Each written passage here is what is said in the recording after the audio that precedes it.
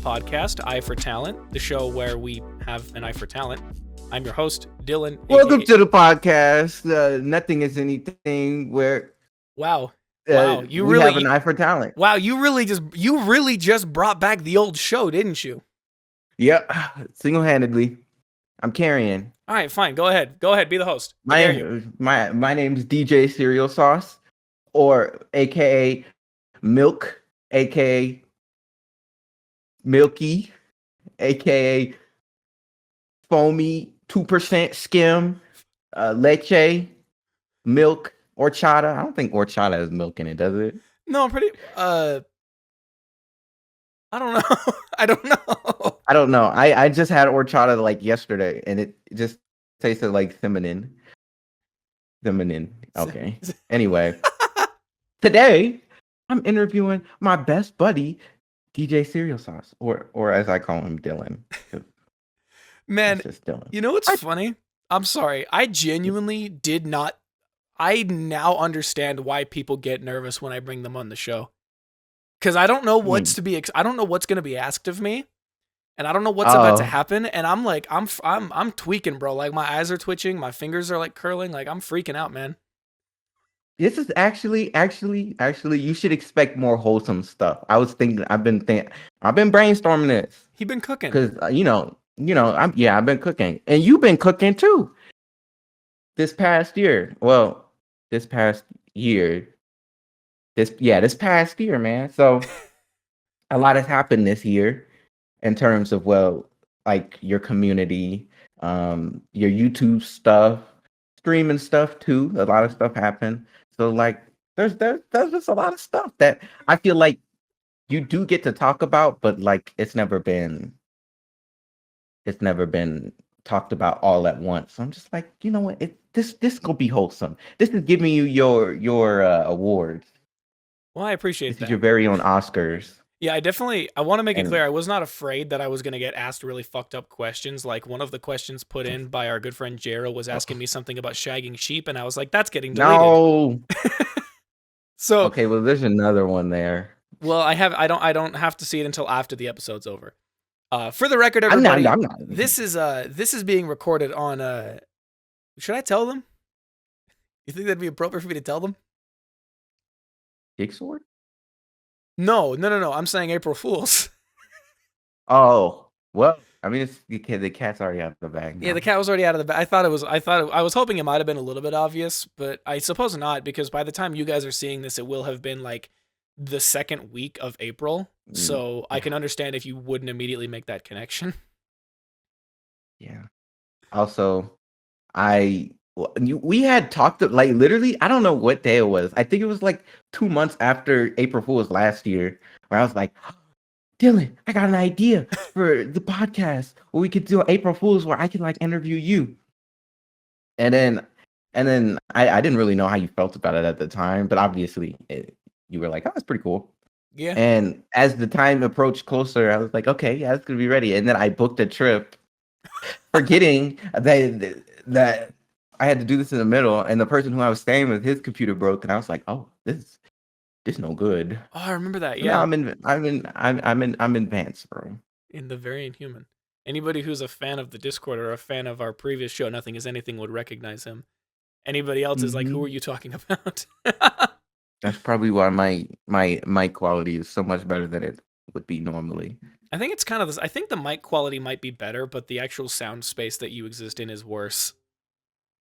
Or that you currently are existing in, I should say. It's a very open room. Yeah, sounds about right. Anyway. All right. So Dylan. Yes.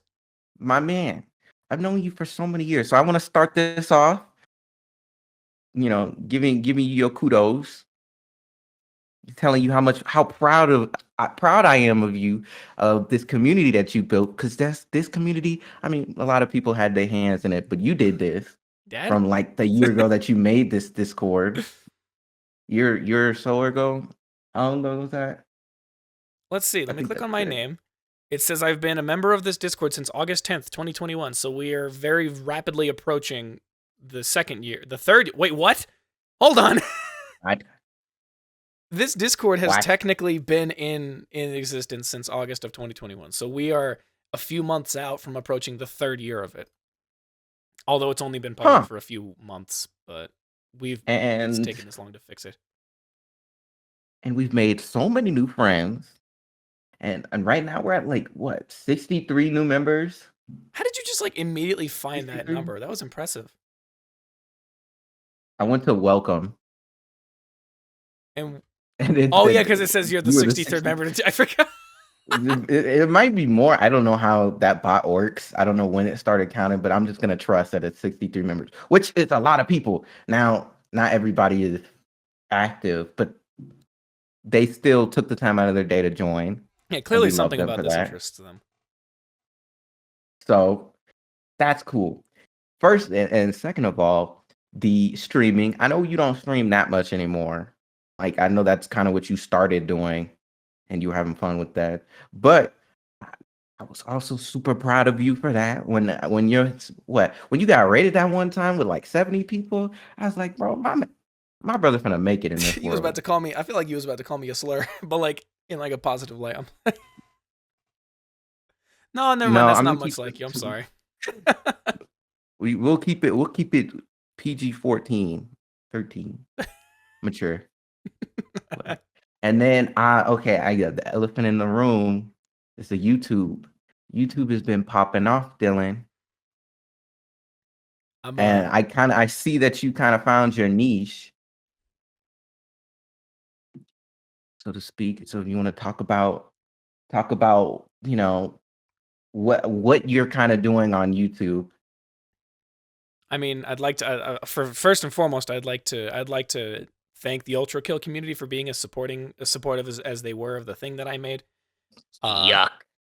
what is wrong with you? I'm kidding. I'm kidding. What I'm the playing. fuck was that? I'm playing. I'm playing. He's just being dramatic. Don't mind him, even though he's the host. He should be telling you to not mind him, not me. It does. Yeah, don't mind me. In the last week's video, when that comes out, you will have heard that the video that I made, Ultrakill has the best soundtrack I've ever heard. It was described Mhm. as filling a void that basically filling a void that was in the Ultrakill space, like filling a specific thing that did not exist in the space at the time. Obviously, there were people before me, and there will continue to be people after me who analyzed the music of a game and who analyzed the Ultrakill soundtrack. But in my estimation, those people were they were analyzing a couple of songs, like the most popular songs that people were telling them to analyze, and those people are significantly more qualified to talk about it than what I did. But as a lot of people in the comments pointed out, I filled a niche that nobody had filled yet, which was analyzing Mhm. literally every song that existed in the game, maybe barring I don't know, one or two of them probably because they're super niche and I forgot about them because they don't come up very frequently. So I've just been very grateful that the Ultra Kill community has been able to support that whole thing that I've done, and I'm hoping that that same support continues through into the next projects that I have.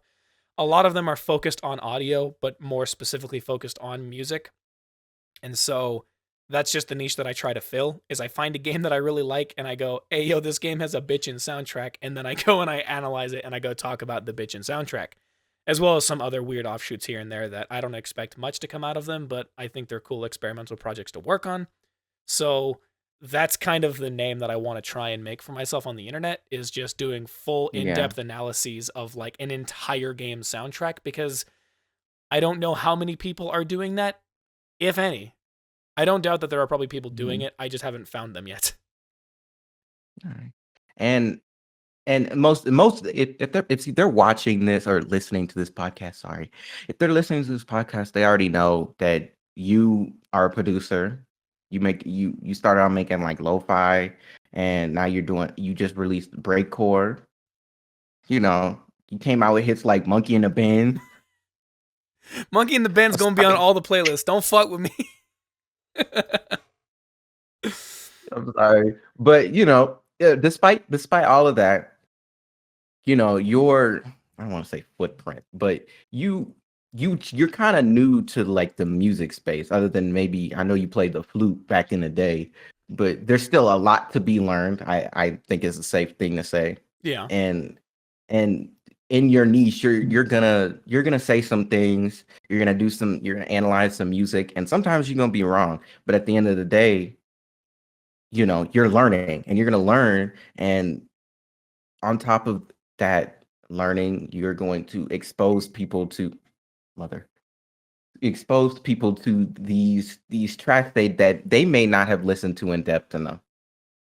So I find that to be really cool. And going along with that, it's like, what should we be expecting more how to say this, more ultra kill focus videos, or are you gonna be heading into different games? Like, what does the future of DJ Cereal Sauce look like I as mean, far as a YouTube channel?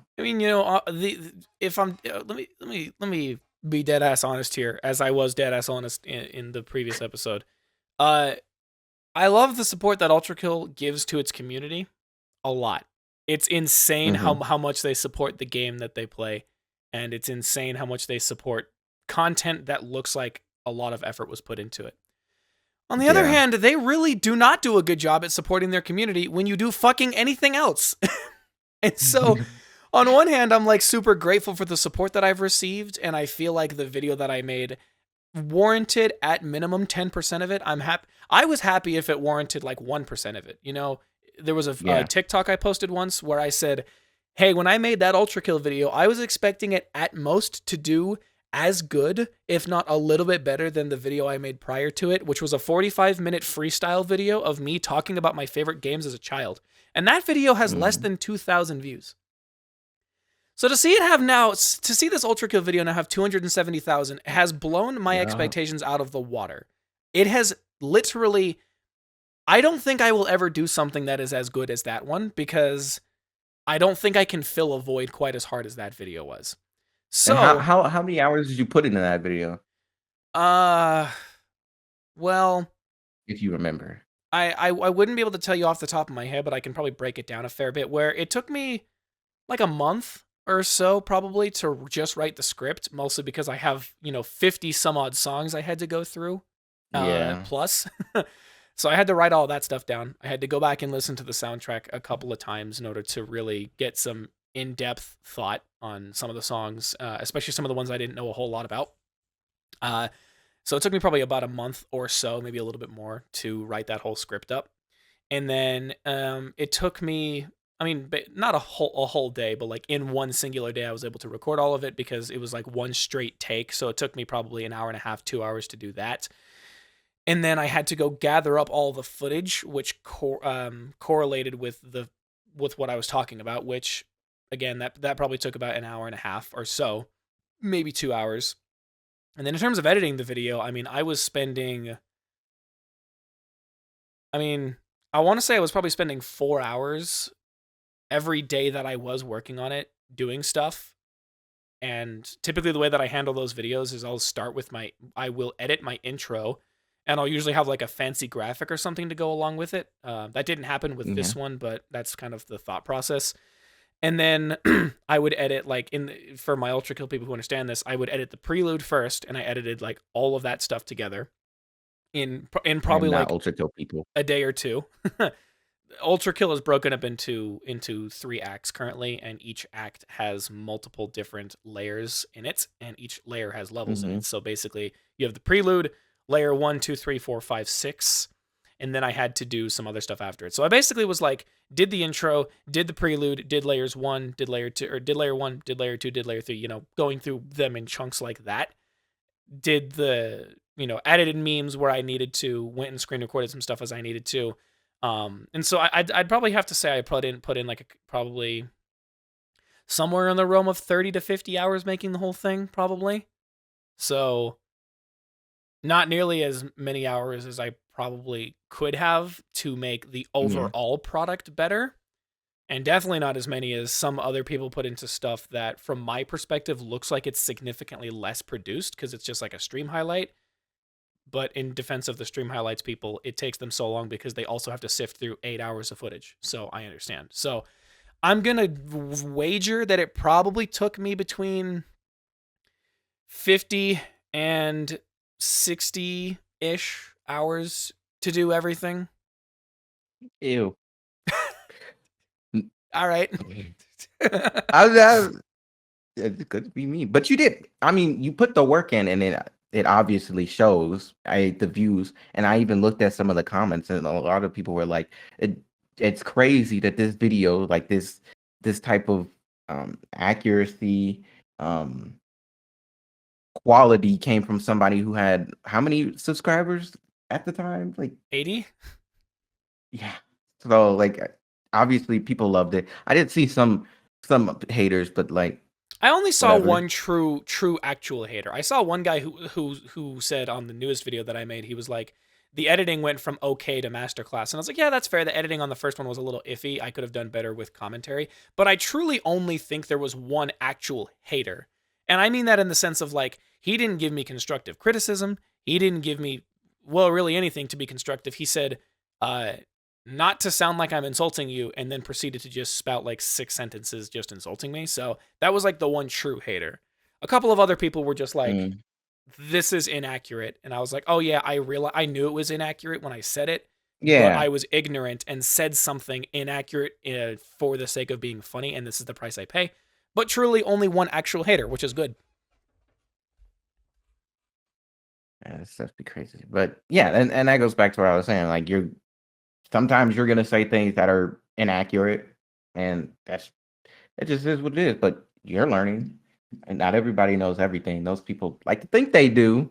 I think that's where they get their egos from, but they don't. So I think that's where a lot of the fun comes from. But Yeah. I'd say more than anything, there was more overwhelming support Yeah. for that video, and even though you say you don't think you're gonna ever make another video that like that one to fill the void of that one, I still think that your videos, your recent videos have done pretty good considering you're still a pretty smaller YouTuber. Yeah. And given just how long it's been, or in how long they've been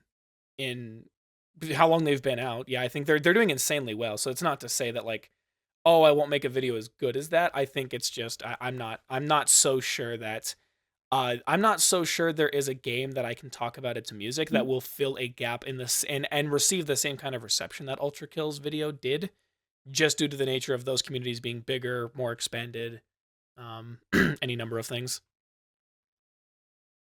Yeah. And okay, you know what? Hold up. We're gonna break this up. I'm gonna ask one of the podcast questions. All right, fair. Actually, We're really gonna quickly, break I this wanted up. to really quickly because because you said what are some things that I wanted to actually do. I went off on a tangent. That's my Oh bad. yeah.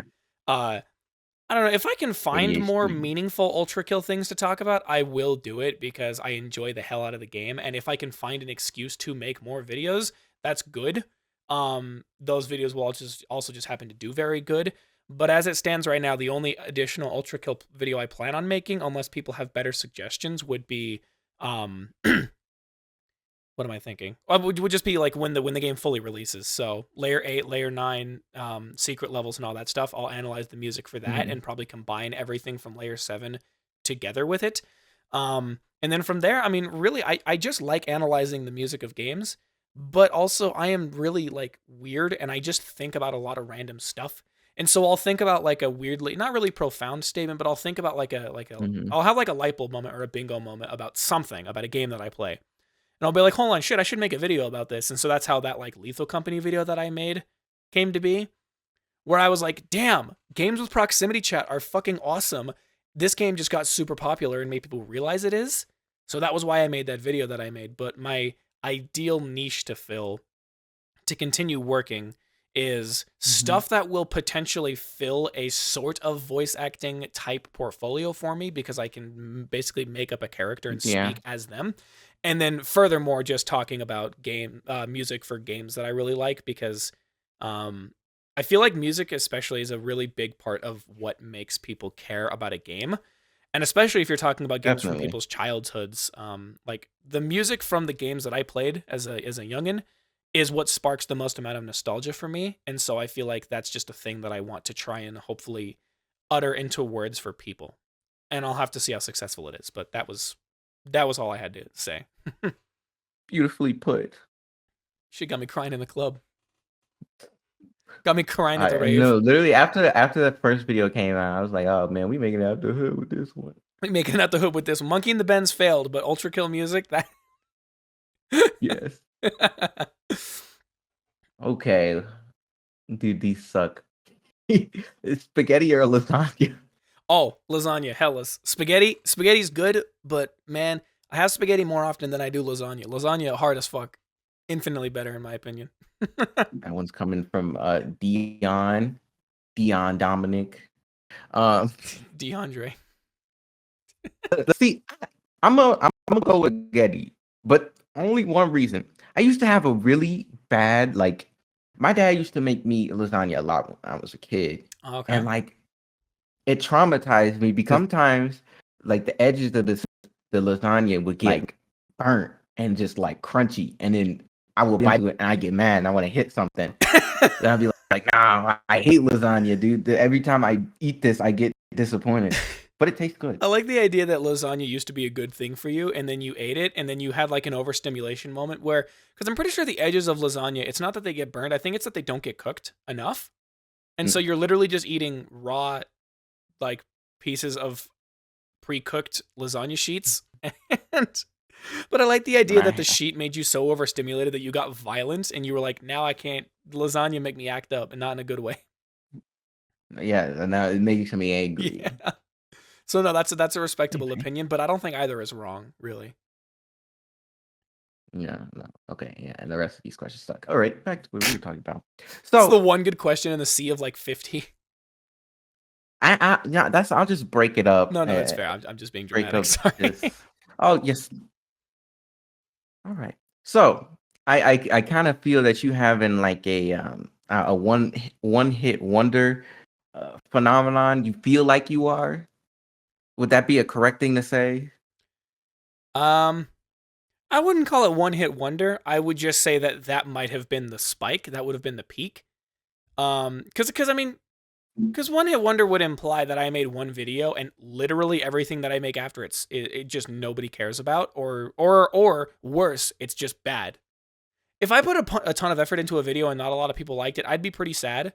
But I would feel even worse if I uploaded a video onto YouTube and it was like, and I just didn't put the effort into it, and the video just sucked. Really, I think it's what it is it's the Ultrakill video. First one gave me the momentum that I needed, or not really needed. It gave me a lot of momentum that allowed me to grow really fast. It allowed me to capitalize off of it a little bit with the second video that I made directly after it, talking about the game's community, which I only came to grips with after making the music video and talking about how the music is good because the devs are good, and the devs are good for all these reasons that make the game in general very good about its community and whatever. And so even if every video that I do after it that's non-Ultrakill related isn't going to garner as much support, I have the momentum that I need to build an audience that will allow me to make my videos grow faster and better than had I not made the video in the first place. Because like I'm working on a Risk of Rain video very soon, and I know that a lot of people who play Ultrakill also play Risk of Rain, and a lot of people who were in the Ultrakill music video comments were saying, oh, you should do Risk of Rain, and I was like, oh, buddy, I'm way ahead of you. I have a script written and everything. So I'm hoping that some of that support will translate into that game. I've asked the community what games I should focus on making music for to try and get a gauge of what people are interested in looking at. So I'm hoping that I can just use some of these little seeds that I've planted to make my growth into fairly consistently well-performing videos, make that process easier.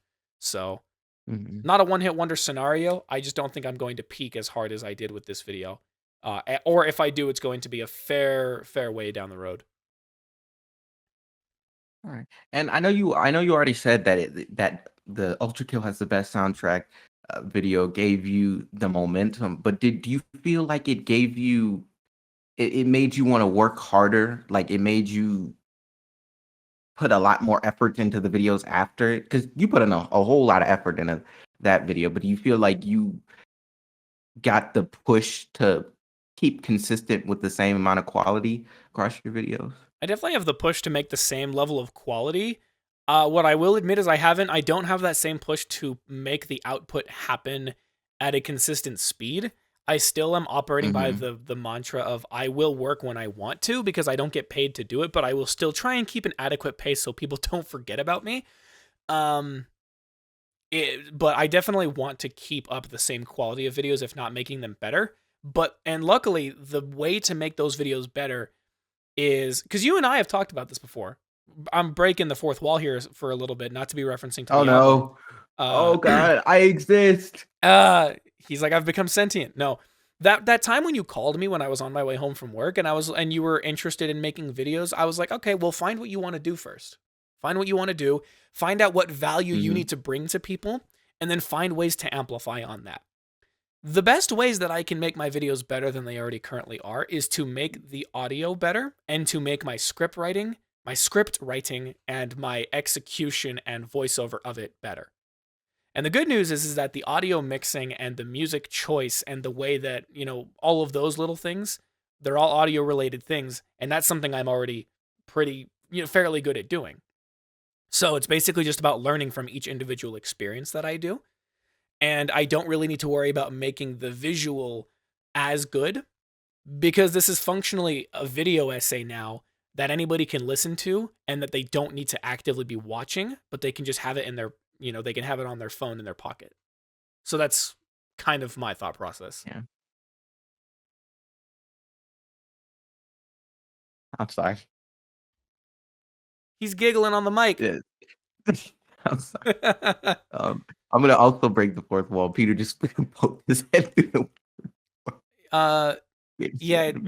Everybody, sorry for the scuffed stream. If you want, you can tell Peter to come in here and say hi really quickly. No. No? Okay. Hi, Peter. When he hears this, if he hears this. Yeah. Okay. All right. We're back. We're back to not existing. All right. Next question. Don't message him. Okay. So I did it again. He says hi. Yeah, I can see him typing in the chat. He just walked back in the room. He just waved. Okay. All right. Dang it, keeps making me forget. No. I'm assuming you probably just have a docket of questions. Right. Probably just read from those. Yes. Okay. And scene.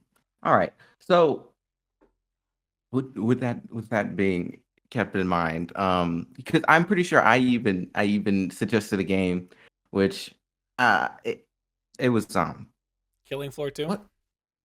Killing Floor 2, which is a game which has the soundtrack, mainly dealing with metal, which I know you've gone from lo-fi to breakcore, so metal would be an interesting jump.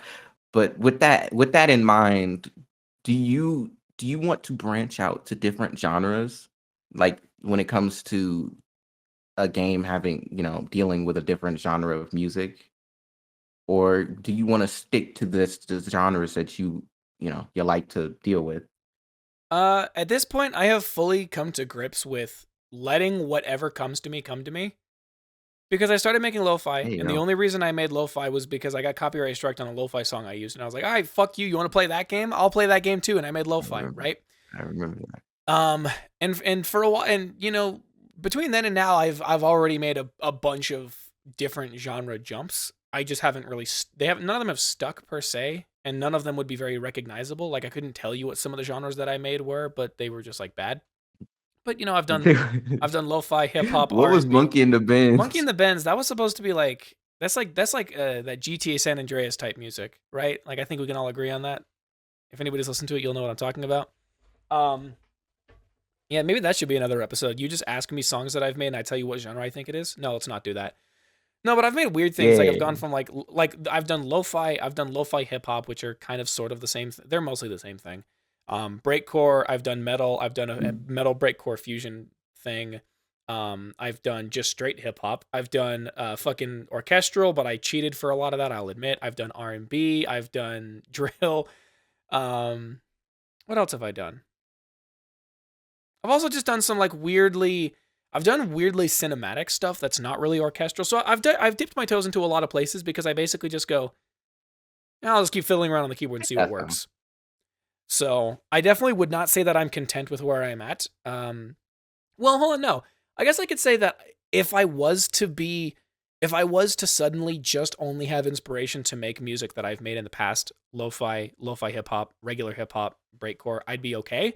But I'm not opposed to branching out, and it's basically just going to be Mhm. what situation calls for me to make a different genre of music. Where I used to complain Okay. about people saying I make background style music, I've now learned to fully embrace Ayo. it, and I'm now literally making background music for a visual novel, which means that I get to, for the first time ever, learn how to make music that does not utilize drums in it, or Mhm. drums that don't play an important part in the arrangement or in the, I guess, excitement or novel Yeah. experience of listening to it. So it's really just what meets my needs, what will come to me. And because I consume a lot of content and a lot of that content has music in it, I'm going to randomly find inspiration from something one day. And I'm just going to make music in that style for a little while as my hyperfixation. And then I'm going to go back. So, I really could be going anywhere. Yeah. Okay. I'm being a bad host right now, but I got to go back to what we were talking about before I asked this question. No, that's When it fine. comes to when we were breaking the fourth wall, and you were like, when you called me, when I called you, and I was talking about, I was showing an interest in making videos. I'd like to Yeah. clarify at this point. I think I have come to the realization that because I'm not gonna say I've been doing a bunch of research on it, but like I've kind of tuned my Instagram and my YouTube to like start showing me like more editing videos, like editing, because I think I feel a lot more better editing something than being like main character. That stresses me out. Also, I Oh, hate you my you would voice. prefer to just deal with other people's content and learn how to help them rather than Mhm. trying to make stuff of your own per se. Yeah. Or I could just edit something of my own, but it won't have me in it. That doesn't count then. Well, me talking or anything like that. Yeah, like the For Honor I don't know. clips on TikTok. That was what you were doing for a little bit. They don't out me like that. I mean, that was how you started getting into it in the I first place. did, That was the yeah, reason you wanted to I do it. did have a, and I have so many in like my draft right now that I'm just like, I don't know if I want to release this. Fair. So I'm like, I don't know if that's up to my standards, and I'm like going back and deleting a bunch of stuff. But Yeah, we can hold that talk off for another time. But yeah. that's just Yeah, when Alec FYI. makes his first YouTube video that blows up and gets 1 million views, then he'll be back on and we'll swap places even though he's in my place. Just I'm Yeah, normally where he would be. it'll be. We'll see you guys next April Fools Next yeah. or whenever y'all see this. But no, But that's no, reasonable. um, yeah. So fasting forward again. Fasting forward Yeah, we're again. fasting. Um, yeah. We're gonna break it up again with another one of these Discord questions. That's terrible. Oh, that's epic. That's awful. Oh, but there was, how much cereal can you fit in your pockets? Oh, dude, the pockets that I have right now, I have 2 front Oh pockets, God. I have 2 cargo pants pockets, and I have 2 back pockets. So let me. I'm sorry, this is gonna be terrible for the audio listeners. But I'm gonna step back. You can still hear me. You have So, I mean, I genuinely think I could probably fit about 75% to 100% of a full box of cereal in all 6 of these pockets combined. that's a lot of cereal, bro. Right? You remember when I don't think you were here when we were at the cabin. I'm not going to give away too many details, but when we were at the cabin, actually I don't think you were here yet, but we were at the cabin and um there was like an old-timey rotary phone on the wall, like the wall-mounted one, not Yeah, like the, not like the traditional I don't even know what you'd I really know what call you're them. talking Yeah, about. the wall-mounted one. That I don't fit know. inside of one of my pockets. Huh. Yeah. Why did you put that in your To pocket? prove that I could, not really that I needed to. So, uh I could also fit an entire He had a Nintendo new cell Switch in phone. there, and all that's to be said is I could probably fit an entire box of cereal in my pockets. Okay, Who was I that like from? that I need to answer. address them directly. Oh, I scrolled down.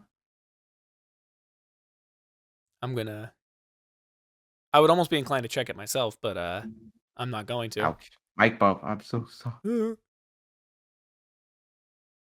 So who is it from? I don't. Did I just make that up? Now hold on.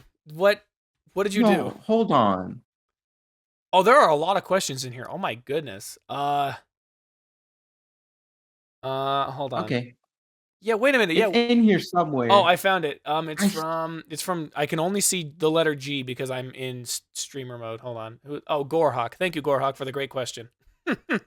Thank God. I thought I was having. Oh, there it is. Yeah, it was just because it was right below other messages that they did. But I appreciate you, Gorehawk. If you see this, best question I've received from the podcast questions so far. We love you. Yes, platonically. Anyway, mm, back to what we were talking about, though. Well, when it comes to your profession. Oh, that sounds professional. Imagine if I made money But doing that. That'd when be it, wild. I know, yeah, I know. Recently, you've been focusing more on YouTube and kind of. Yeah, Do you? I know you. Yeah, you've been streaming a little bit too. I saw you stream. Was it yesterday? yeah, there was a stream happened yesterday. Yes. Do you have any plans on like kind of trying to fit streaming in more again, or have you just kind of accepted that you'll stream sometimes? And I mean, I don't know. It's tough. I've talked about this with Peter before. So Peter, if you hear this again, I have voiced my complaints that it is really difficult for me to do anything consistently. Really, like the only consistency in my life is if I have a video fully made. I will upload it to my Patreon 1 week before it comes out, and I will upload it then obviously to YouTube the week after on Thursdays at noon. If I have a Mhm. podcast recorded, I will probably upload that to Patreon probably whenever I get it fully edited before it comes out, but it will also come out on a Thursday at noon. So that's really the only consistency to my schedule. Otherwise, I'm just like, I do stuff when I want to because schedules outside of my overt work schedule, and even then, I wish I could just piss that right off.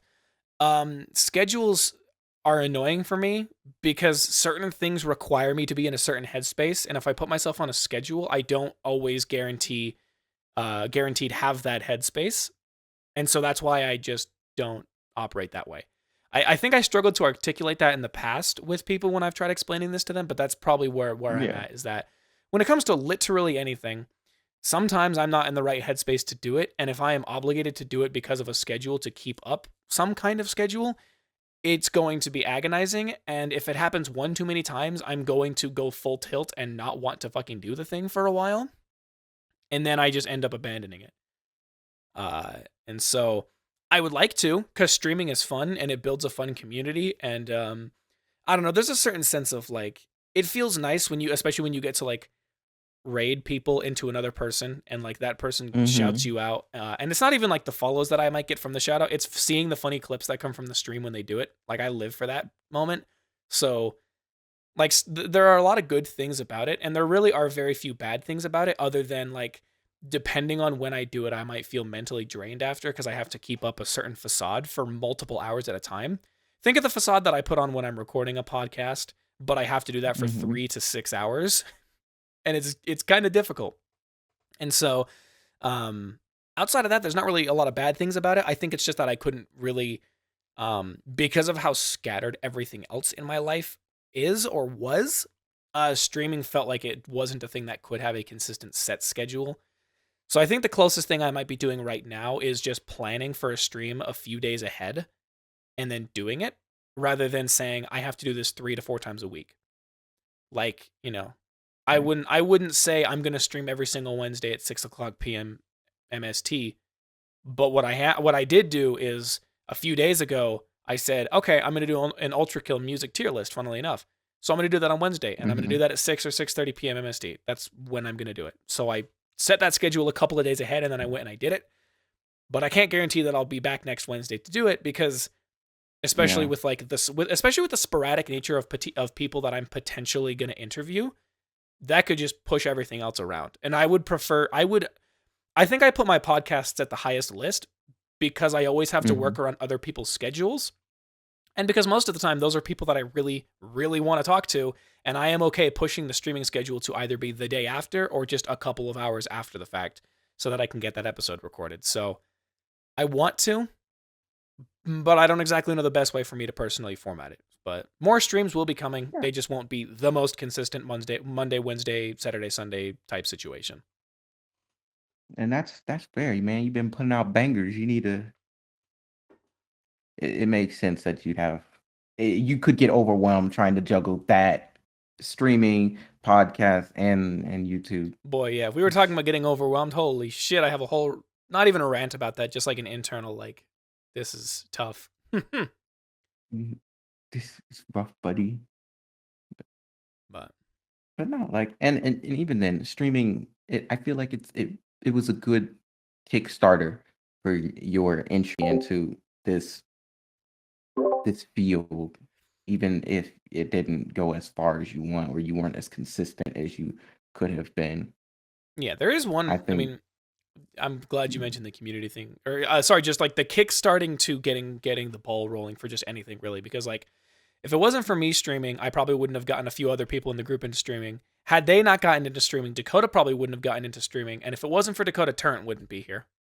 And you know, Turrent's like a very good friend of the show, a very good friend of the server, a very good friend. Period. We love Turrent, and if it wasn't for me and Kirby streaming, we wouldn't have gotten more people into it to then eventually, through some roundabout method, get Turrent into here. Mhm. So yeah, shouts out to Twitch. I promise I will treat you with more respect in the coming months. Yeah, and even like at the start of the podcast, like I don't remember who was your first interview. Was it It was Babs, and then Turrent was next. Babs? Dude, I remember being in the car listening to that, and I just had the dumbest grin on my face the whole time, because I you know how my dumb look when I'm like smiling, Yeah. because I was just like, dude, I'm so proud. It was entertaining. They've all been entertaining. I listened to Murrah's. What are my favorite? Maples, Babs, Murrah's, um, Mahogany's, and Frost. When you came out the Frost one, dude, that was, I think, that That one was made. easily my favorite episode that I had recorded up to that point. Hmm. And I will say, I think there are probably only, no, that one is still top, but I think there's only one that comes close to it, and one that I have upcoming very soon that will be ideally coming out the week after this one that will even come close. So it's like Frost, and then two more that are like just right under him, if maybe not even tied with him potentially. So yeah, it's very exciting, and I actually have a question for you once we're done with this spiel, but you can go on. You can't just say it like that. You scare me. It's nothing crazy. It's just about a message that I sent in the Discord that I figure I was gonna say I can confront you about it now, but that sounds like it's something dramatic. It's not. That's me being dramatic. Okay. Well, anyway, we can break this up with another question from our terrible question askers. I didn't realize just how many questions were actually in the Discord. Like I was genuinely kind of impressed by how many were in there, only to find out that most of them are like bad. They're terrible. Like, I love everyone in here, but God. Yeah, but they very clearly they took the joking part of it. You know what I think it is? While you're looking for one, I think what it is, it's this video felt very self-centered. I'm not the one who came up with this idea, but I could imagine that up until this, you know, we're 44 minutes in, I can imagine that people are going to look at this and think of me as being very self-centered, especially because I like to talk about things pertaining to myself a lot when I'm talking with people because I think it's fun to build connections that way. So I can understand people finding this a very self-centered topic. So I wouldn't be surprised if a lot of people in here were like, "Nah, I'm not going to give you the benefit to talk about things you want to talk about." Some of these people might not even know what they would want to ask me about because they don't know who the fuck I am. So they're just like, "Hey, we're just going to put a funny question in here." I don't knock them for it. I think it's pretty funny, but yeah, these questions are a lot of them are bad.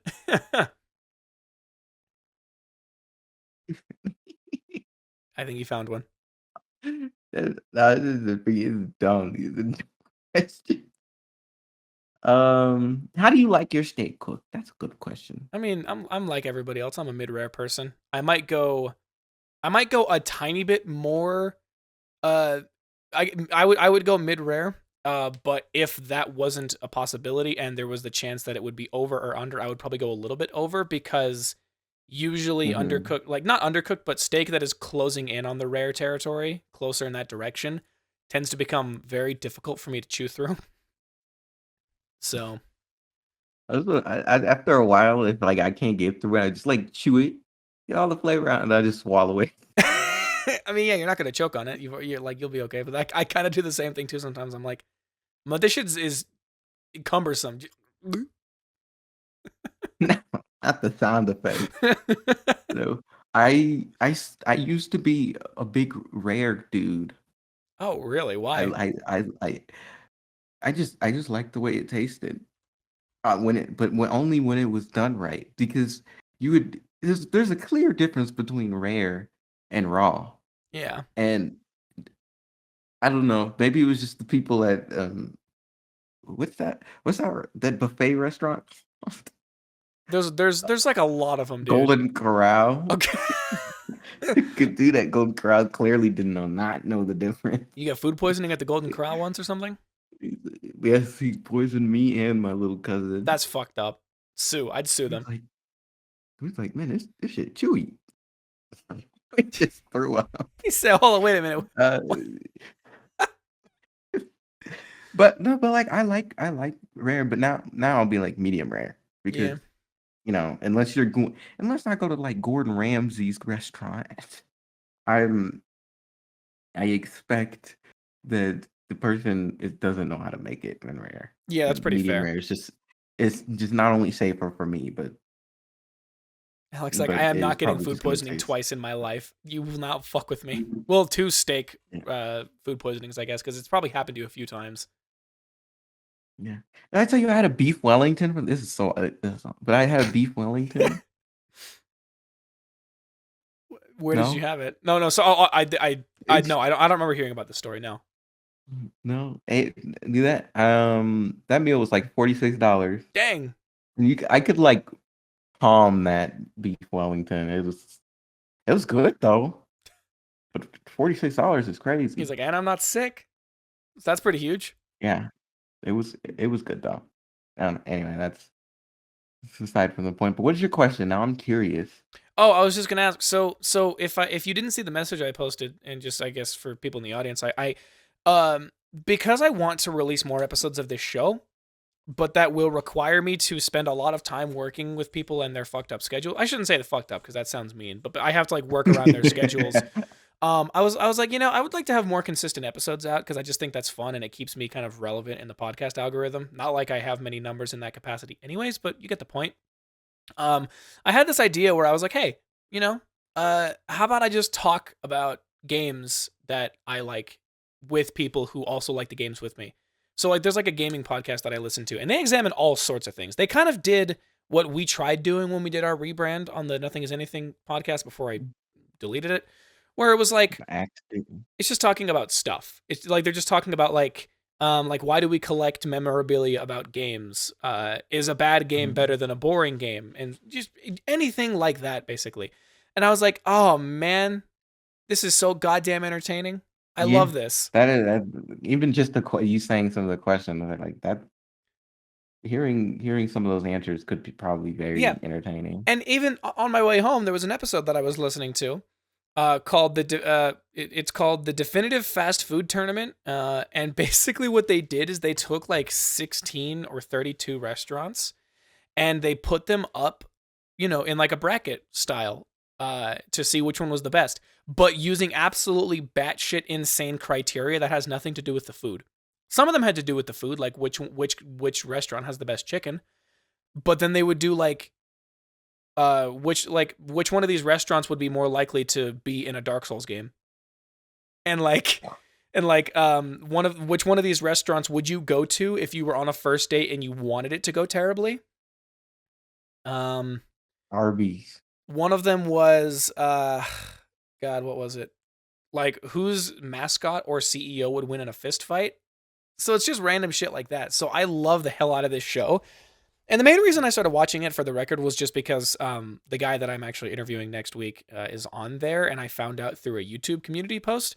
But everybody on that show is funny as shit, and they're talking about games, and I'm like, I'm a gamer, I like this show. I'm dying. Sorry. And so my thought process was like, hey, how about I talk about games with people? Because that's just a fun thing to do, and letting people kind of gush about games that they really enjoy is a fun time. So I put a message in the announcements posts being like, all right, me, Variant, and Peter can talk about Risk of Rain. Me and Kirby can talk about Ultrakill. Me and Dakota can talk about Overwatch. So I was like, Alec, what games do you and I share that we could talk about in a format like this that you would be interested in? So you don't necessarily have to answer that right now. I just wanted to bring that to your attention because I am almost certain you didn't see the message I sent. Definitely did not see that. I figured as much. So, you know, we both played a lot of Sonic games. Oh, God, you are so right. We got Sonic. You We know got Plants how I vs feel about Zombies. Sonic. Probably Sonic, some and then early Call of Duty a lot games. with Sonic, like gameplay and the music from Sonic. That'd be going hard. Yeah, so we have a couple on the chopping block. But either way, no, that was the question that I had. So thank you for allowing me to use this moment to ask you about that. And people, in the future, you will see Alec back again for at least the third time, maybe third, fourth, or fifth time talking about miscellaneous games. So stay tuned for that, I guess. Unless you, never mind. Unless I what? I didn't do anything. Nothing. Any of the allegations you keep hearing about are not real. I'm not even convinced I'm real. Alec is. I only ever hear myself on this podcast.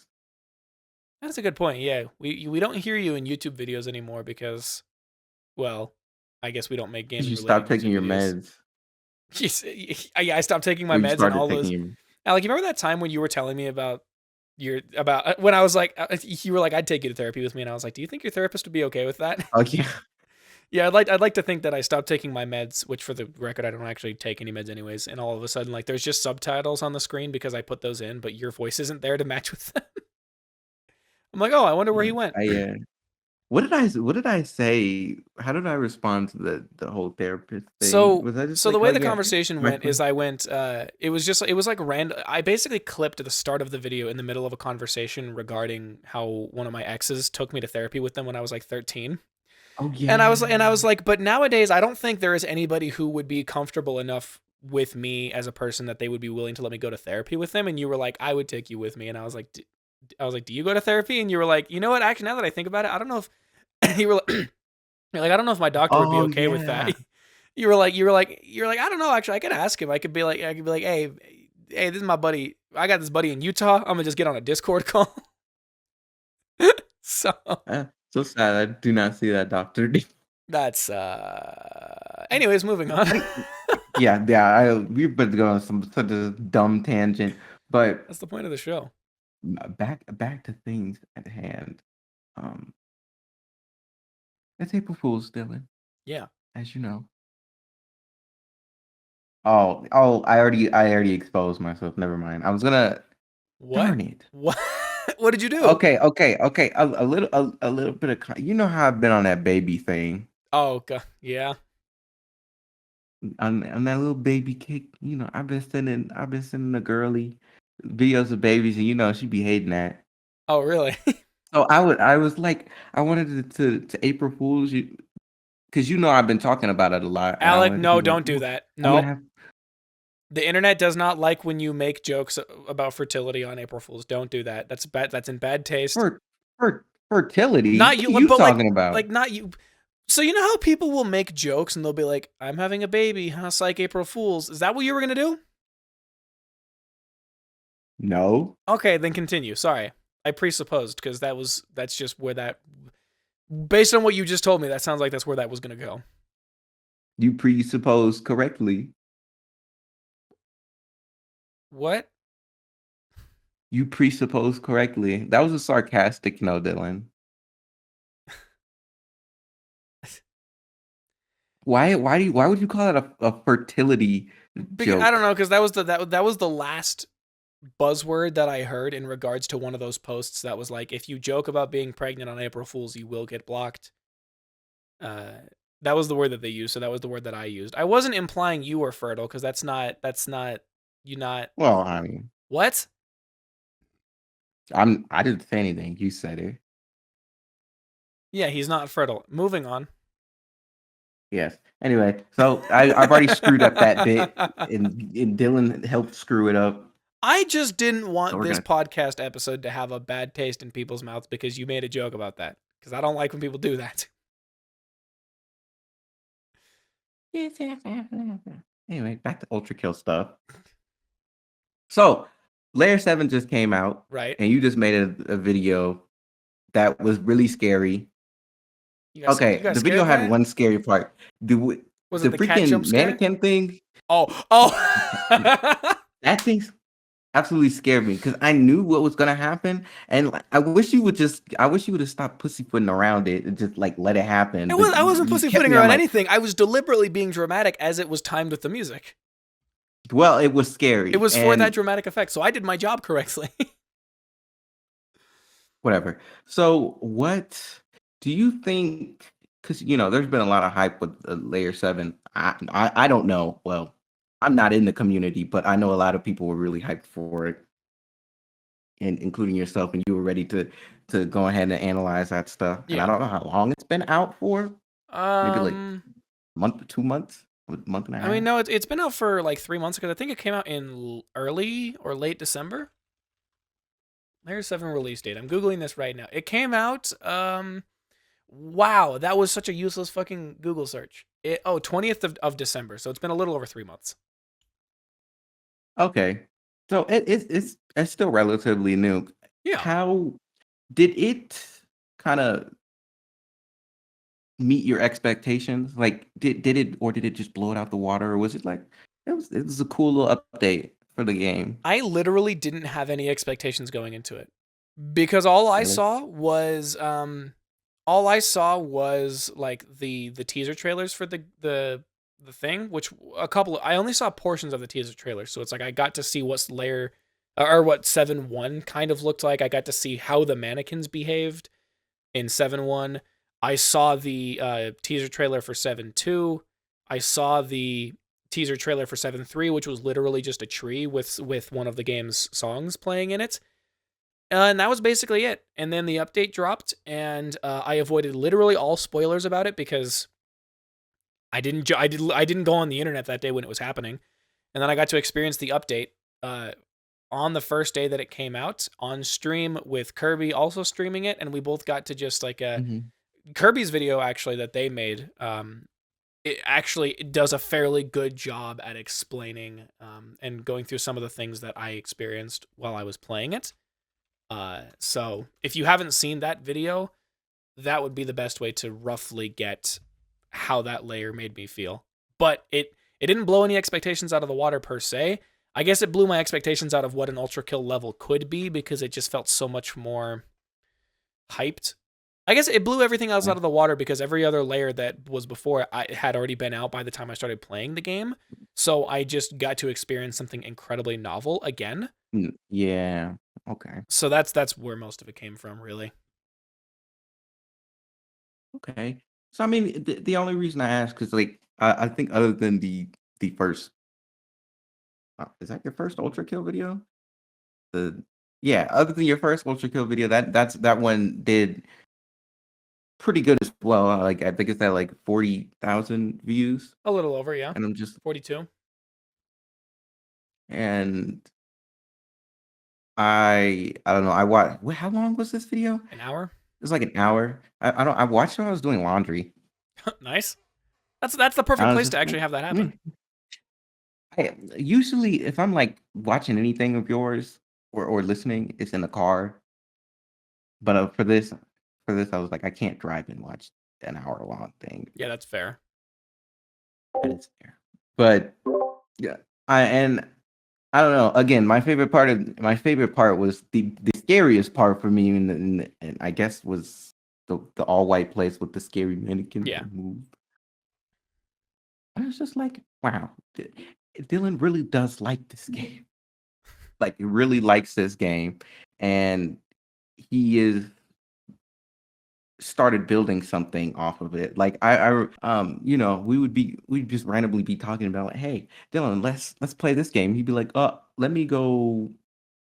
let me go just quickly do this level really quick just to do whatever. I whether it be to go find like an Easter egg or listen to the music or whatever you had to do. And I'd be like, that's that's really cool. And I like that you have a game like that that you could just get on randomly and explore in, despite the fact that how many hours do you have in the game? I think you said it in the 195, video. 194, 195 at this point. That's 193.9. I could probably launch the game right now and get to 194, but I'm not going to. yeah, that would be a very weird thing to do while I'm hosting you. Right? Could you imagine? I thought I was just gonna see at the Yeah, bottom you just right. see in the bottom right of your screen, DJ DJ Cereal Siri. Sauce has gotten on Ultrakill. You're like, you this son of a bitch. But no, like and obviously I feel like everybody has that game where they get on and they learn something new every day on it. And do you feel like it's that kind of game for you where you're just like you're having a good time on it every time you get on it and you're learning something new about it and it feels like I mean, for something's crazy is happening on every time you get on it? something crazy almost certainly happens every time I play the game because it has a lot of crazy, batshit insane mechanics. If you've seen the videos that I make, if you've seen the videos that any Ultrakill player makes, Mhm. the game has crazy mechanics. For a while, I felt like I was learning new things when I played the game. Right now, I'm kind of stagnant just because I'm not really trying to go for anything crazy.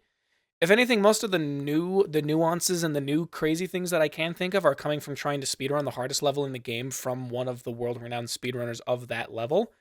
Um, and just trying to figure out how to actually get good at doing those things. But for the most part, I'm not really in like a actively trying to learn something new mode with the game. Mhm. Probably because I like speed ran through most of what the game had to offer when the new update dropped because I needed to get that video out because I wanted to be in the limelight, but still have enough time to digest the game and like digest the new things of the game and understand what's happening. So really the most amount of learning that I could be doing right now is just learning more efficient ways to kill the new things that exist because they haven't added any there's no new mechanics per I mean there's a couple new mechanics per se, but like there's no new like weapons to look at yet because Mhm. layer 7 dropped and everything else in the game is going to be dropping later in a separate update. So it'll be the layer 7 secret level, the secret weapon which they've teased, the prime sanctum for that, the secret stages. And so with all of that can come new mechanics and new enemies that I can continue to learn from. But as of current, there wasn't anything super crazy and insane that I had to learn when playing Yeah. layer 7. It was mostly just how can I get through these levels as fast as possible. But almost without a doubt, every time I play the game, something crazy will happen. Like, I would go on to explain some of the things that have happened, but you don't understand Ultrakill, so it would, Not at all. yeah, it just wouldn't really make sense. Like, the only thing I can really explain is that there's an enemy in the game that's basically a boss that at a certain point in the boss fight has the chance to cast lightning upon you. That Mhm. enemy can also spawn in the endless mode, the cyber grind, and there's also an enemy that You know what that is? the cyber. Don't worry about it; it's not important. It's basically just I like know what that is. oh, you do? Okay, never mind. But essentially, the simplest way to look at it is it's just like so there's an enemy that flew up to the sky, and I flew up into the sky to make it teleport to me so that I could do a bunch of damage to it because it has a lot of health and will actively try to come to you and get closer. So you can basically isolate it with high damage combos. I almost killed it, and then as I was in the middle of trying to kill it, the enemy that strikes me with lightning tried striking me, but because it's lightning hit indicator has like a bit of a delay, so it's not snapping onto you. It was a little bit behind me, or I guess in front of me per se, but behind me in terms of its tracking, and it just straight up fucking struck the enemy out of the air and killed it. And I was like, Oh, so it's like I didn't even know you could do that. Like, friendly what is fire. that? Like So there's like, stuff like that. there's some instances of stuff in the game where you realize that enemies can hurt themselves more, or they can hurt each other and whatnot, and sometimes they can hurt Mhm. themselves, and it's really funny.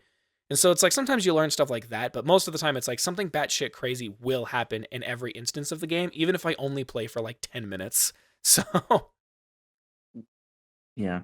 I love little things with games. You're like, I've never noticed that.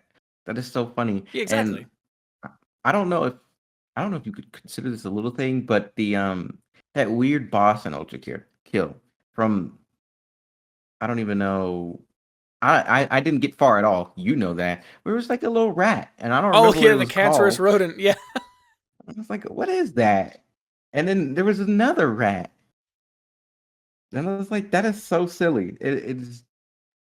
Yeah, and that's the It's fun just part about silly and indie devs is that indie devs will make a lot of mhm. references to other people that they either enjoy or that I don't know, just like anything. Like Dead Cells, for example, makes a lot of references to a lot of roguelikes. They make references to Risk of Rain, Hotline Miami, Hollow Knight, Katana Zero, probably. Just a bunch of shit, like an absurd amount that I can't even think of a quantity. But that's what I enjoy about indie games is that there's just like little things that a random developer will just put in because they were like, oh, I was inspired by Yeah, this, so I thought it'd be funny. And then somebody finds it and they're like, mhm. why? What the heck is this little tiny green mouse doing here? And you're like, oh, that's a reference to a YouTuber. Yeah, and that's why I think I was particularly happy that the videos that blew up did was because, they're smaller games, yeah, but they came with so much more personality and they were so easy to fall in love with. Yeah. So, and personality and a lot more entertaining to look at than a lot of the games that are, AAA. I'm not trying to get into Yeah, that if you want to argument hear the or whatever. bullshit about AAA games, check out an episode of the Token Cast that I was on a while back. We did talk about that. If I'm smart enough, I'll remember to link it. But that's not for this episode. Yeah, I'm a host, but I don't have to do anything. Yeah, he's the host, but He still has to I have to be edit. the one doing all the hard work, and I have to do like 50% more talking than I normally do. Yeah, yeah. But yeah, shouts out indie Anyway, games. yeah, and especially like I don't know what the dude's name is, but he did the voice acting for I guess Oh, Gabriel Gianni, yeah. and Gianni. I like seeing his clips. I think it's really cool that he does puts on those voices and makes I guess an iconic voice say silly things. Yeah, it's also impressive when you go back and you realize just how many things he's actually voiced that are like commonplace memes. Like the Duke Nukem one that says I've got a peer-reviewed study right here that says uh says you're a pussy. Like he's the one who does that. Oh, So like it's very interesting finding out who he is through Ultrakill, and then eventually finding mhm. out that he is actually the voice behind a lot of memes in certain character voices and whatnot. So And that he's just generally cool. yeah, I have That two posters that he signed behind me. Granted, one of them isn't mine. I took it from Kirby, and by that I mean we had a mutual handoff when I went to hang out with them one time. Uh, but yeah, there are two posters that are signed by him that are on my wall, which is cool. hey, y'all saw him in person? No, because he also streams on Twitch, and so at Oh, the end of every okay. month you can buy a poster and he will sign it live on stream. And so the lights are off and so I can't see anything, but one of them, the one that Kirby got says something like Gabriel's high school senior quote, "I will never lose to a machine," and then in the bottom right he drew like a little stick figure of Gabriel with a little cap and gown on. Uh and then for the one that I ordered from him, I put something really long winded in there and I'm kind of regretting it a little bit, but I think the premise of it is funny. And I just put, like, what is something that Gabriel would say that would get me kicked out of church? Because he's like a religious figure. And it's basically, it's like emulating like a phone conversation where he's like, yo, what's up, bitch? Everyone in the lust layer is looking for that ass. And wait, hold on, shit, you're in church No, right now? Oh, yo, my bad. Well, call me later, whore. Like, that's what it says on the fucking poster. Takes up a lot of space, but regardless of the fact, like it's just the posters are oh, nice cool. quality, by the way. But yeah, it's just funny. Yeah, go get a Gianni signed poster. Yeah, he also does like Cool. signed posters for other characters that he does. Obviously, like he's most known for Gabriel for obvious reasons because that's his like most overt role. But I'm sure he's probably done smaller character roles for bigger games. And so if you're Mm. into Gianni and other characters of his, you can probably ideally find a poster of that character and have him sign it on stream through the service that he uses. So I'm sure anybody who listens to this post or who listens to this episode will probably already know that, but it's just a fun thing to know. All right. And I only got a few more questions, but these are pretty big. So These are just the gonna hard hitters, we got boss. yeah, these are hard hitters. Now I know me and you have both you quite routinely like whether it's just asking me or like asking everybody, we're just like announcing, putting in a question in the announcements, or it's like, is there anything you guys would like to see? Because you're just kind of gathering just creative ideas for a video you might make Yeah, it's just like I and want to and involve my whatnot. friends in any way that sparks like creativity and passion within them. So Yeah. So my question to you is when you have an idea that you didn't necessarily get from anybody else, or you just how does that process look? Do you just see something and you're like, I'm gonna do that, and then you just kind of start working on it, a lot of it do is. you Oh, go ahead. Sorry. or do you mainly just get ideas from like I don't want to sound make it sound like that, but are your ideas usually inspired from someone else's input? It's a lot of a lot of the execution of what I do might be inspired by other people. A lot of the ideas that I come up with are not technically original because that's not real. I'm tired of fucking hearing people say that, but that's the case. A part of it is kind of something I mentioned at the beginning where I was just like, here's this idea, here's this semi abstract idea that I have about something. Like, I wouldn't really call it abstract actually, because it usually is focused in on something, but it's not like, um, I don't really know how to describe it. It's kind of just like if I have a thought about a game or a thought about something that pertains to the brand that I want to build on my channel, then I will put it in a Google Doc that I have and save it until I think I have the creative energy necessary to make it happen. So, like, the Google Doc idea that I have right now, some of this stuff is stuff that I don't know if I will ever get to, but I have it written down because it was an idea that I thought I had. Right now, it's basically all obviously talking about the music of games. But like Mm-hmm. in light of the video that I made about my favorite childhood games, I was like, "Oh, I'm going to make a video about my favorite games from the Xbox 360 era up until now because that's just a good continuation of that post." I haven't done it yet because I don't know, I want to make more videos before it. I have the Ultrakill Act 3 music when all of Act 3 drops.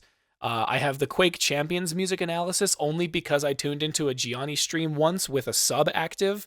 The sub renewed, and so it was a new month. And in the message for the resub, I said, "Hello, is this mic on? I want to rant more about video game music." And he was like, "You should do Quake Champions." I was like, "Okay." So I did that. RoboQuest is a game that I'm super into, and a couple of our I've buddies are been seeing super that. into. Uh, I just threw up. No, I didn't. Dirty. I think I was trying to say into and then combine Turrent because I Turrent is in the call listening in right now. RoboQuest I is a game that turned. I'm into and a game that a few other people are into, and so I'm like and the music for the game is sick, so I want to maybe talk about that. I had a small list of games that fell in line with my list of favorite childhood games of music I wanted to analyze, so like Sonic 2, Mario Galaxy, Donkey Kong Country Mm-hmm. Returns, stuff like that. Sonic 2 go hard. Sorry. So thank you. That's what I've been telling people and they agree with me. But then I scrapped that list and just said any game from my childhood will be analyzed because again, music was a big part of the nostalgia for when I played those games. The Ultrakill music tier list, which will be coming up soon, and honestly will have already happened by the time this episode goes out, but will probably not be on YouTube. I wanted to talk about Lethal Company's music because it's really unsettling, but also there's not a lot to analyze when it's literally like one chord, and each song is like 8 seconds. So it's on the list, but I don't know if I'm going to do anything with it. And then I have a random one in here, which is a Call of Duty Zombie speedrun race. I think the concept of Oh, it is fun, but I'm a fucking tryhard when it comes to those speedrun races, so I don't know how much I would sweep people, and I also don't know how I'd make that into a good video. Risk of Rain 2's music, I already have the script built out for. Killing Floor music, I haven't listened to it yet, but you gave me the game, and so I'm kind of inclined to do it now because I think it'd be fun. And then at the bottom, I have my stuff that I've called experimental, which isn't analyzation of anything really, and I don't really know how to describe it. I don't even know if I've told you about this before, but I've definitely talked in detail with Peter about it, where these are the things where I'm interested in kind of taking on a bit of a voice actor role, where the sole primary focus is the ambiance around just my voice. And so there's not really a lot visually happening. And so I have one idea that's basically a theoretical voiceover about this guy who has been living in a world where it is perpetually raining all the time, and it has been for the last 8 years. And it's only a couple Hmm. paragraphs and only like 13 minutes, I think, is how long the voiceover is. But he like slowly Mhm. descends into not really madness, but just this sense of like every day feels the same. Every day is monotonous. The rain is a constant reminder that nothing is fucking changing. Life feels like it's terrible because nobody has been able to adjust to the changes properly. And so it starts with him being like, "This is nice because I'm an introvert and because the rain lets me stay home and do things and whatnot, kind of reflecting who I am as a person." And then it eventually downturns into like, is this my fault? Did I piss God off? Like, what did I do? Um, and then the last thing that I have written here is I just listed it as nostalgia through the ears of music, basically just having a bit more of a voice actor forward approach to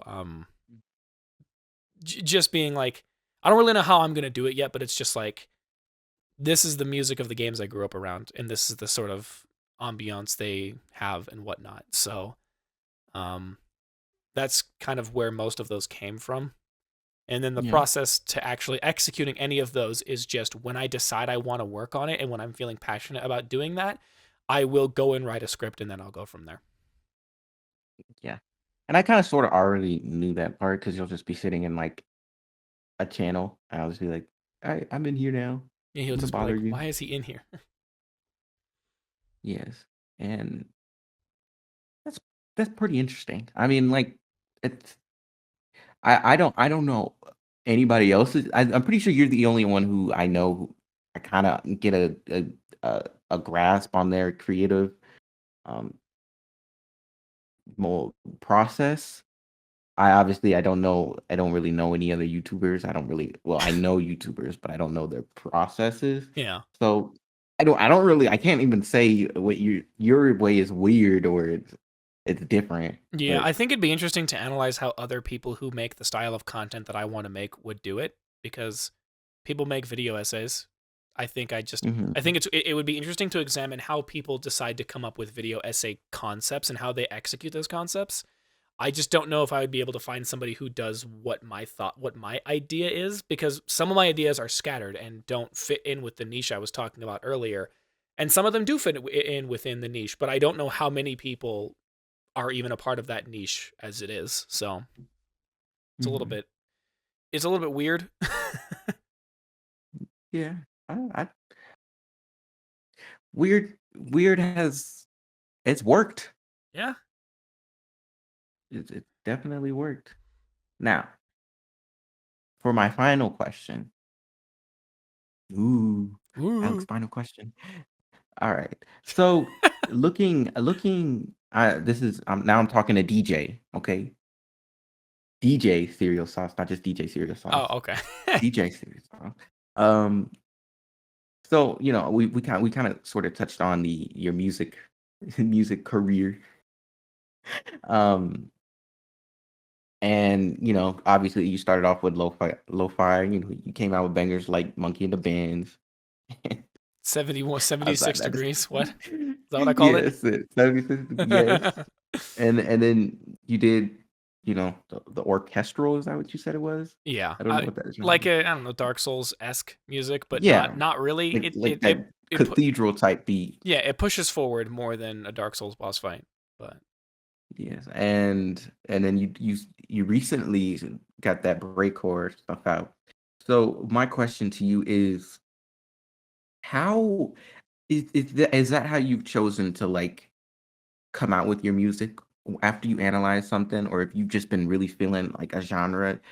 Um, do you plan on just releasing an album for it? Because that's kind of how it felt. Like, not necessarily with the lo-fi. I think again, you said you started that one out of spite, but with yeah. with the breakcore that came around the time that you were messing around with Ultrakill. So I wonder if that was just kind of the formula that you found that you liked, or you're just gonna keep at what you're doing. That was also both. Honestly, I thought it would be kind of funny if I made music that was reminiscent of the style of music that video games that I analyze do. I have very quickly given up on that because the music for Risk of Rain 2 is such an intense and complex uh, orchestration of Hmm. everything. And the guy like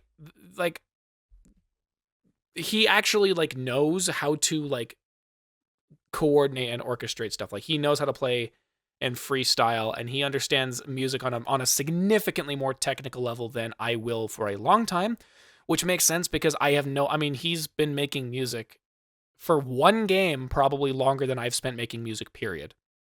Right? And so I don't know if I'm going to follow that formula. I think what happened in the case of the breakcore stuff is that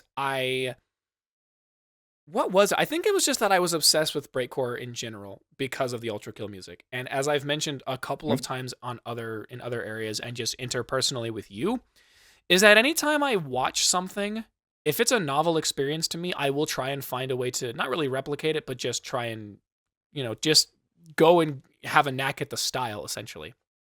Back when there's a YouTube producer that I like who, anytime he would make a new video of him making anything, there would be one or two elements from every video that he would make that I would accidentally or kind of intentionally incorporate into a song that I made.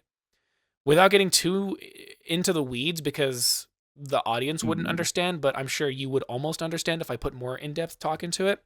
He made a video where he wanted to make trap soul like Bryson Tiller. And there was this one specific 808 pattern he uses that basically stays on the root note and then slides up a couple of semitones and then hits that same note and then basically descends down into like an even lower bass note because people like deep, low bass notes. And so it was a really satisfying sort of thing that he executed. And shortly after, by complete accident, another song that I made that had nothing to do with trap soul, matter of fact, it was quite the opposite, maybe one of the most ignorantly trap type songs I've ever made, accidentally utilized that same sort of thing. Right. And so that basically is just anytime I consume a piece of media, if it's a novel experience or if I think it's really cool, I will try and find a way to just do it in my own style and just take a crack at it and just see if I can make it work. So I listened to Ultrakill, and then I was like, I want to make like drum and bass, like breakcore jungle type stuff. So I found a YouTube producer who makes that stuff. He provided a drum kit as well as some like pad samples. And I used those pads and I made my first, it wasn't really a breakcore song. It was more of a drum and bass song than it was anything. It wasn't even jungle. It was just strictly drum and bass. But I was like, all right, that's cool. I like that song. I think I made that song while I was in the middle of writing the first Ultrakill script because I used the word perpetual motion both in the name of the song and in the script for the Ultrakill video. And then I was like, I want to keep going. Now I want to try and add metal influence into it because that was what Hikita does when making the soundtrack.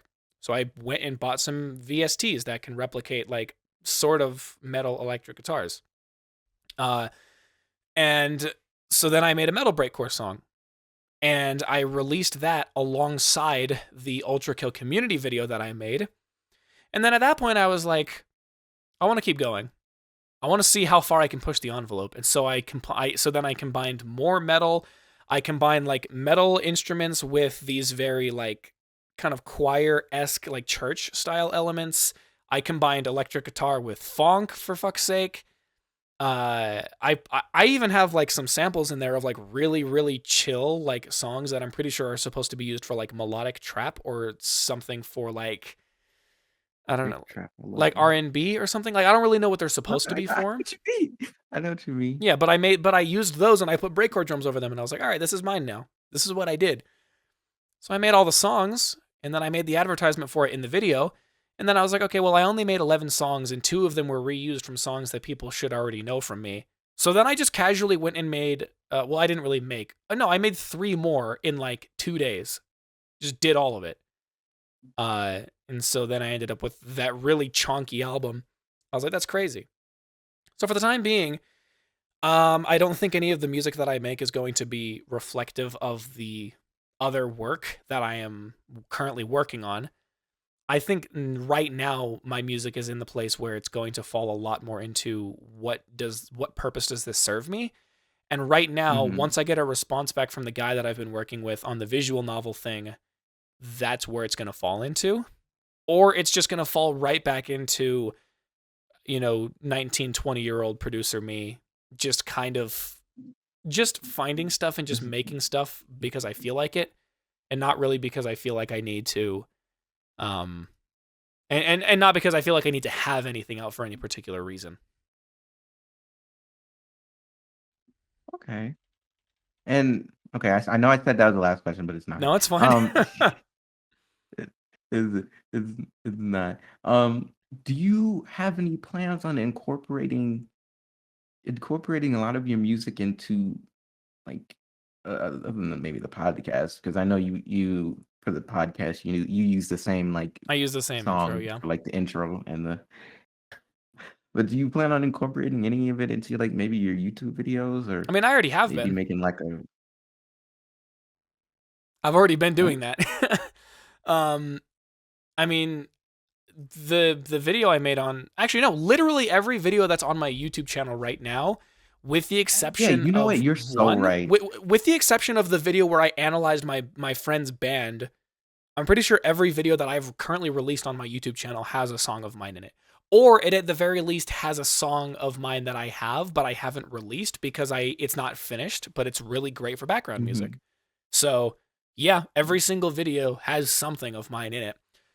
Even one of the videos on the group channel before it kind of died because I'm very temperamental like that it actually has one of my breakcore songs in it before I even finished it. And it was a Dark Souls video, but I did it because it was a moment where Peter alt tabbed out of Dark Souls and his camera was spinning around really fast, so I felt only necessary to put in a breakcore song on it because I thought it'd be funny. It was only necessary. Yeah. So yeah, I mean I've already been doing that. I haven't really most of the music that I've put in my videos haven't been officially released as of recent. Like in recent videos, the music. Actually, wait, no. The song of me analyzing or the video of me analyzing my band did have my own music in it because when I was talking individually after, before, and right after when I was done analyzing their song, I had a background song that I had playing there. But Is that the Star Dance one? yeah, shout out to Stardance Rant, by the way. Okay. Anybody who watches this video, go listen to their music if you like indie. Um, but yeah, every single video has at least one of my songs in it, or at least a song that I have on my desktop that I haven't fully released. In recent times, it's more been using songs that are unreleased because most of the music that I have isn't background music enough that I wanted it to like it's not I guess stagnant enough per se that I wanted to have it in the background of a video. But every video has them in there already. Okay. I think it might even That's be. what I I was trying to think if there's any videos what I've worked on for other people that have it in it. That'd be funny, but no, I haven't done that. that's what I get for deviating from my script. Yeah, now when you make a video, I'm putting my music in it somehow. Yeah. All right. Well, Dylan, Do you have any more good that's questions my from the Discord you question. want to ask since there's so many of them in there? Yeah, let's go through that. These are so bad. Could you rank Nope. religion, give us a top 3, and then give us a ball? I'm deleting these religion messages. Don't answer I'm those. not answering those. What stat would you increase? That's kind of cool. What stat would I increase? What game are we following when it comes to stat lines? Like, what stat system are we using? I mean, I guess we could just stick with just like I don't know with like just generic stats. Oh, well, hold on. Let's go with. I don't even know. I honestly I don't was even kind of just know. thinking the Fallout stats because those What are seem Dark Souls? relatively all Okay, encompassing. I was gonna say Dark Souls.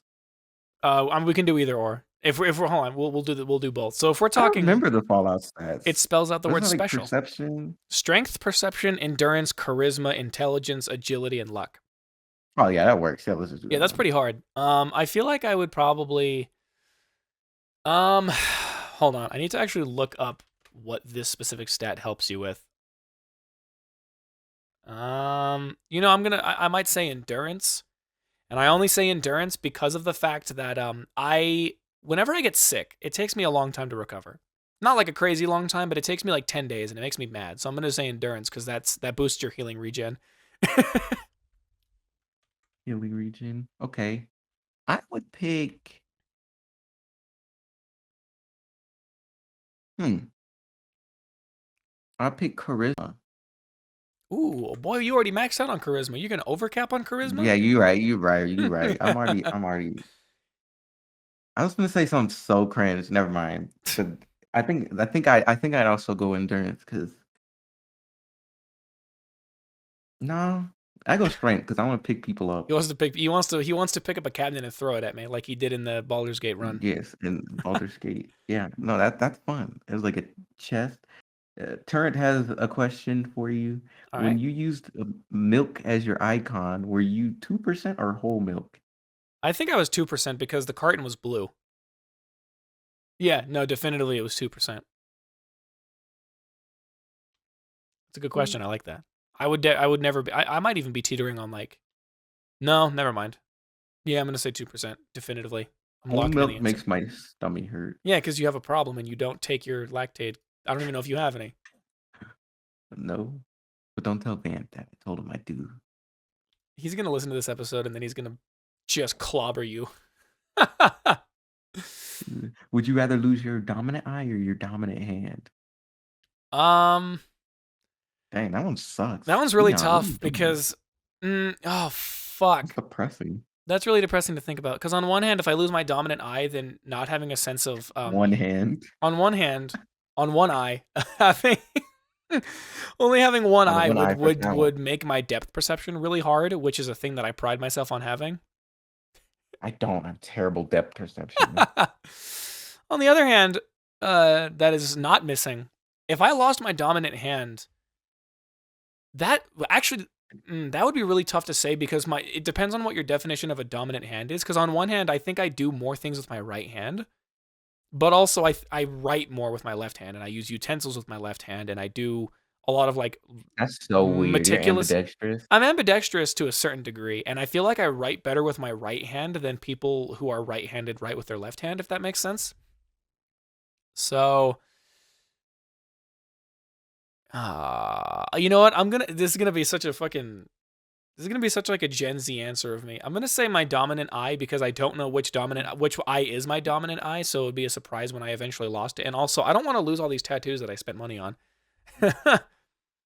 so, That's true. That's true. so I'm gonna go with dominant eye definitively. I guess I'd lose my eye then. I don't.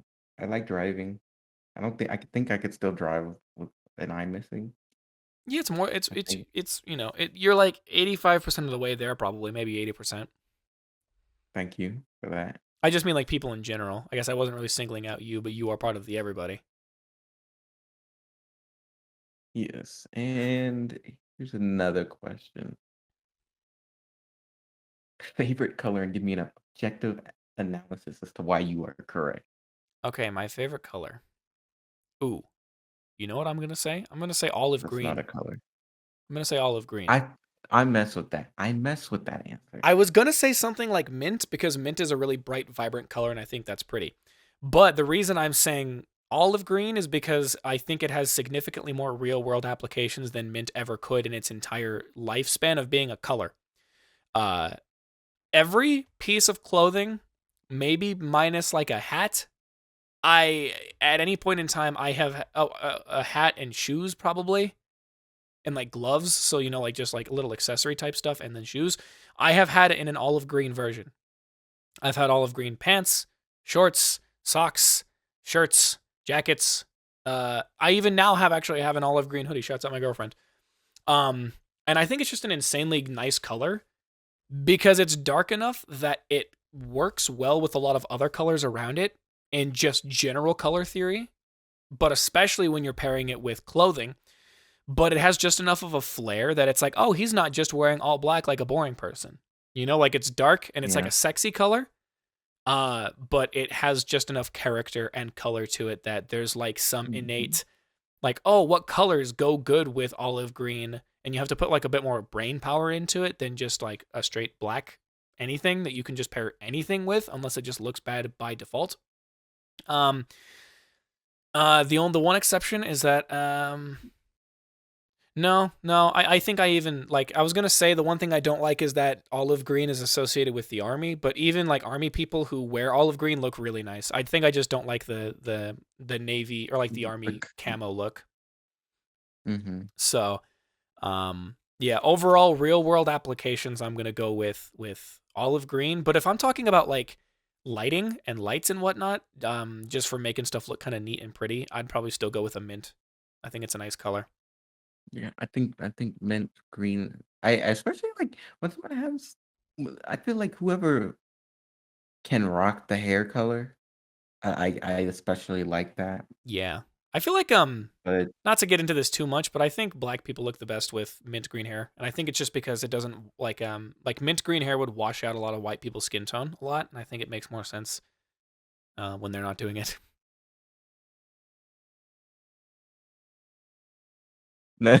yeah, What? I didn't say anything offensive. I'm correct. I know you didn't. Yes, thank you. I appreciate that. I appreciate that. I don't know. It was just funny. It was funny for me for some reason. I Um, like be giggling. but my favorite color has always been pink.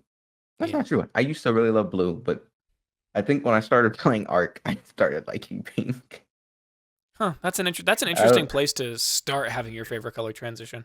I don't understand the correlation. So please don't ask me. Just know that it did happen. Arc. Nice. That's also a good opinion. I like that. And I like pink on myself. I think it's another one of those colors that works well with um my skin color. But I also think it looks good on everyone. So Yeah, it's just a nice color. I think people got sickened on pink because it's always associated with like the hot pink. But when you get like a I pastel or freaking hate. something that has a much more subtle Yeah, tone to it, it's I was really nice. I was on a whole pastel kick a long time ago. I was on a pastel kick, like 3, 4, or 5 years ago, probably. It was fun.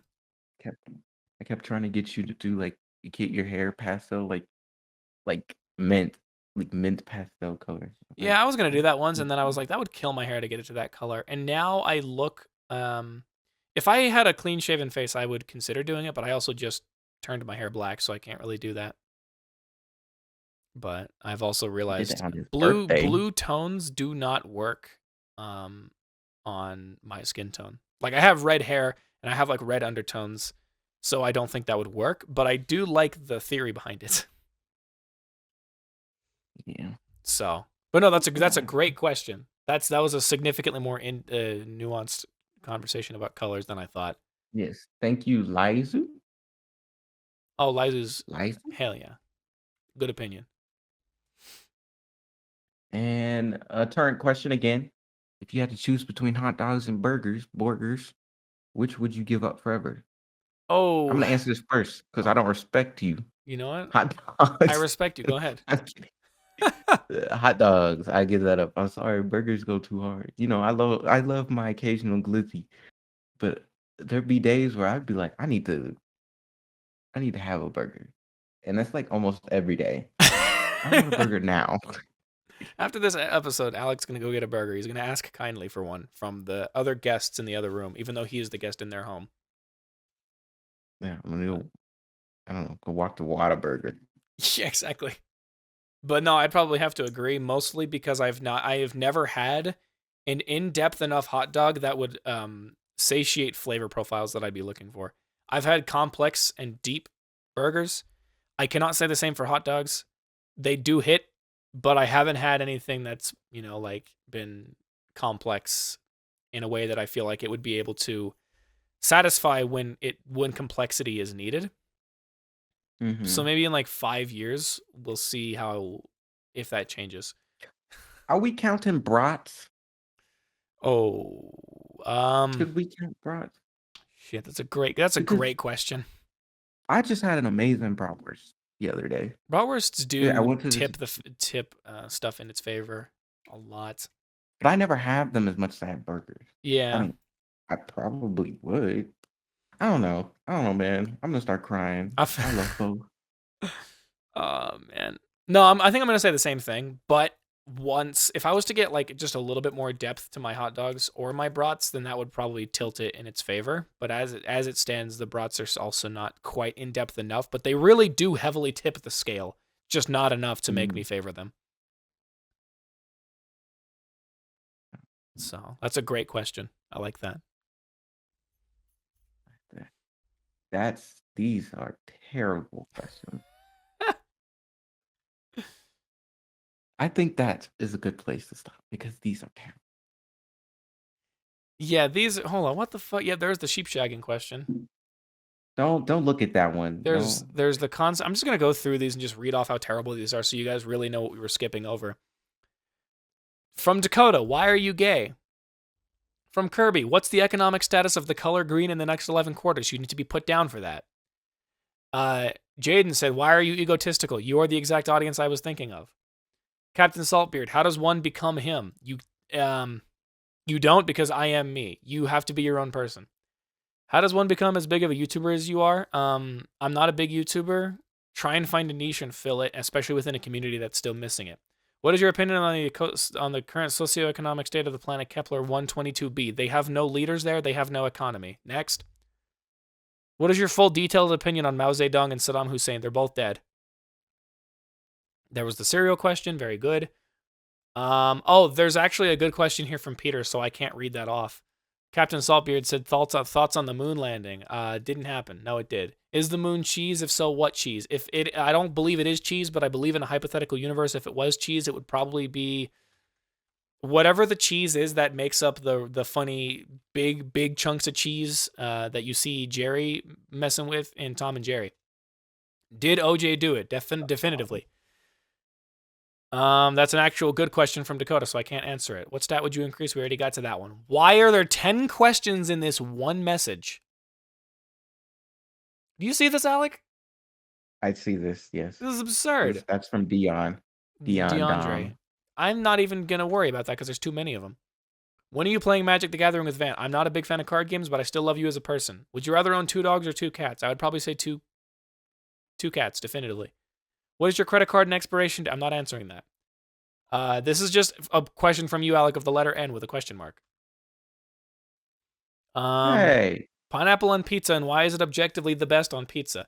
Pineapple is not objectively the best on pizza. I also don't think it's objectively the best pizza, but I would still put it in my top 5, as I think we described earlier, correct? Or was that before the show? Yes. No, that was before the show. That was before the show. Before we recording. What are all the current day uses for pineapples? Eating them. If you're a horny person on Maine, making a certain fluid of yours tasting better, which I don't know if that can be scientifically proven. And probably being used in some kind of skincare, if I had to guess. I don't know why. I don't want to look that up on Variant's computer. Yeah, I would not. Look that up on your phone later. How do you like it? We already did that one. The concept of sex. Yes, no, yes. The concept of water. Yes, no, yes. Water, best hydration. Water, best drink. What is this? I don't even know what that says. Do you have balls and how many? Not answering that question. All right, deleting all these.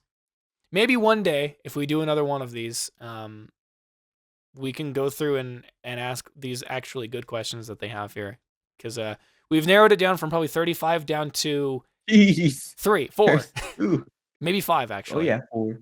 I can't count. Yeah, we're going to say we narrowed it down to about 5 questions. So that was what we have. Next April Fools, if we do this again, we'll have somebody else interviewing, and I'll post the same things. I'm probably going to get rid of the messages channel. I don't even know why I'm saying that. Like, people who are listening to this are in the Discord. If you are not in the Discord and you want to join, there's going to be a link in the description. Yeah, but please join. Yeah, please join. We gotta get to 69 members. Yeah, once we get to 69 members, we are closing it off to the public. Yeah, no, that's not true. We'll make another one. We'll make another server once we get down to 69. Yeah, we'll just have like a bunch of servers with 69 people in them, and you have to figure out which one we all are in at the time. But yeah, we've done some housekeeping. We've done some cleaning up of the questions, and now I'm going to let Alec do whatever he needs to do left. All right. Dylan, do you have anything you want to plug? I've got a link tree. And so if you look up DJ Cereal Sauce on the internet, you can find any platform of mine.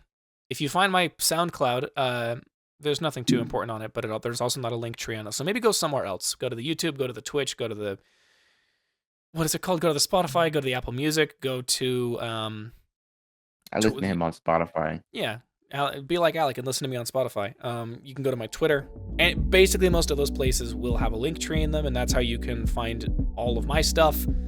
This podcast, that's how you can find content from my buddies on the internet, the Nothing Is Anything team, and our YouTube channel if you want to see any of our old videos before I got lazy and decided to stop doing it.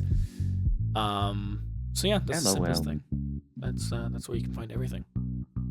And my name's DJ Cereal Sauce. Oh, I messed up.